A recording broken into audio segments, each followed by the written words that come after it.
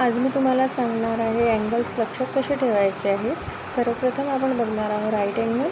आपल्याला अंगठ्यामध्ये डिस्टन्स घ्यायचा आहे. बघा, आपण हा 90 डिग्रीचा अँगल तयार केलेला आहे. When the angle is exactly 90 degree it is called right angle.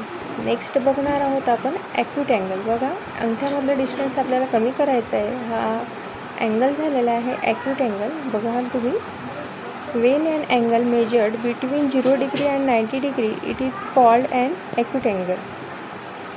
बघा, नंतर बघणार आहोत आपण ऑब्ट्यूस अँगल.